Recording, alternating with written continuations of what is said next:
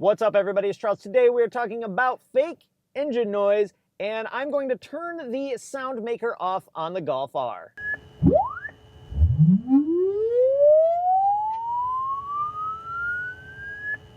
As a lot of you guys know, for some time now, VW and Audi and plenty of other manufacturers are installing little boxes. This one is underneath the cowl that pump fake engine noise into the car. In addition to providing noise in the car, it actually vibrates the body to replicate engine vibration. Now, whether you love it or hate it, I totally understand. We're gonna turn it off on the Golf R because I want a more pure, natural sound to the car. There's a number of ways you can do this depending on the generation of car. I know some Audis you could just pull the fuse and that was cool. I looked through the wiring diagram and the fuse that is for the module for the Soundmaker actually controls a bunch of other things, so we can't just pull the fuse. I also looked at actually coding it out of the gateway module, which we can do with VCDS.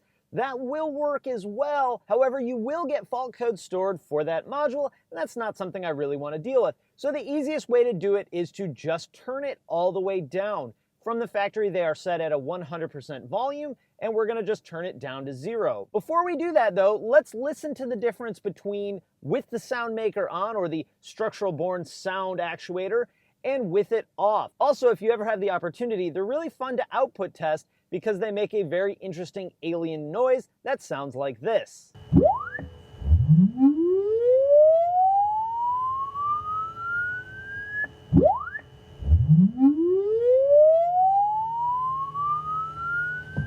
So first we're gonna drive it in normal mode so we can hear the sound actuator. Then I'm gonna put it in race mode just for the Soundmaker so we can hear the difference. Then we'll turn it off and see what the car sounds like in that same mode. All right, this is normal mode. And here's what it sounds like with just the Soundmaker in race mode.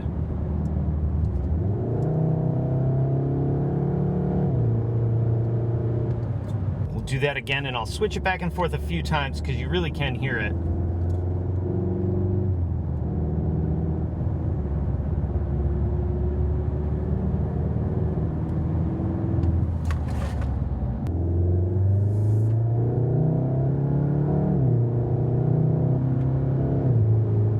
All right, let's grab our VACCOM. We're gonna turn it all the way down to 0 and then do that same test again. We're going to go to auto scan. I like to use the auto scan because it gives me a snapshot of all the faults that may be stored in any module. Remember, before you change anything, you want to make sure you save any information you can. That way, if we mess it up, we can revert back. And also, always go back and recheck any faults. We're gonna scroll down to address word A9, structural born sound, double click it. It's gonna check our faults, go done, go back. Go to adaptation, click on our drop down, volume of structure borne noise actuator. Notice it's set to 100%. We're gonna change that to 0%. Click do it. Change old value from 100%, new value 0%.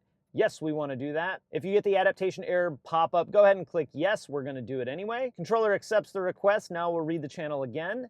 Now we are stored at 0%. What we wanna do next is go done, go back. Check our fault codes quick. No fault code stored, done, go back. Close controller. This is gonna bring us back to our gateway list.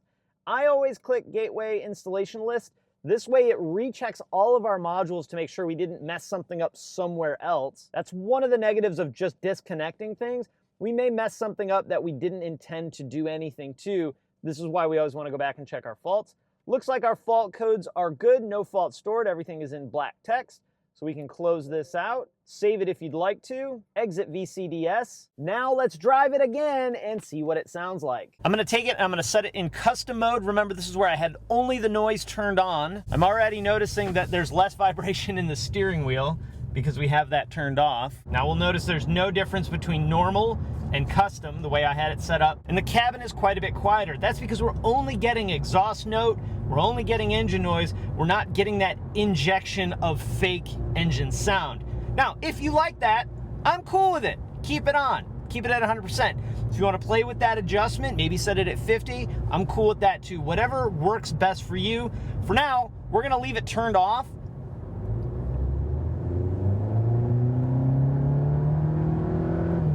Because I still think the car sounds pretty darn good. And if we do any future modifications, we'll actually know what did the downpipe change in cabin noise on the vehicle? What did the full exhaust change on cabin noise in the vehicle?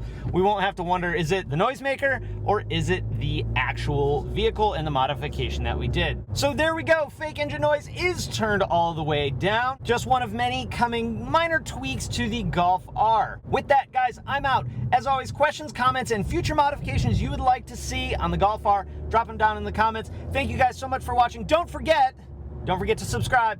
All right, guys, take it easy. I'll talk to you again next time.